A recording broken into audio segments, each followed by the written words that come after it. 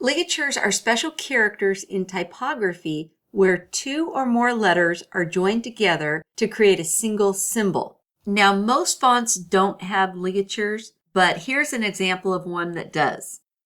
So with the Calibri font, if you apply standard or standard and contextual ligatures, notice how the T's and the F's are combined.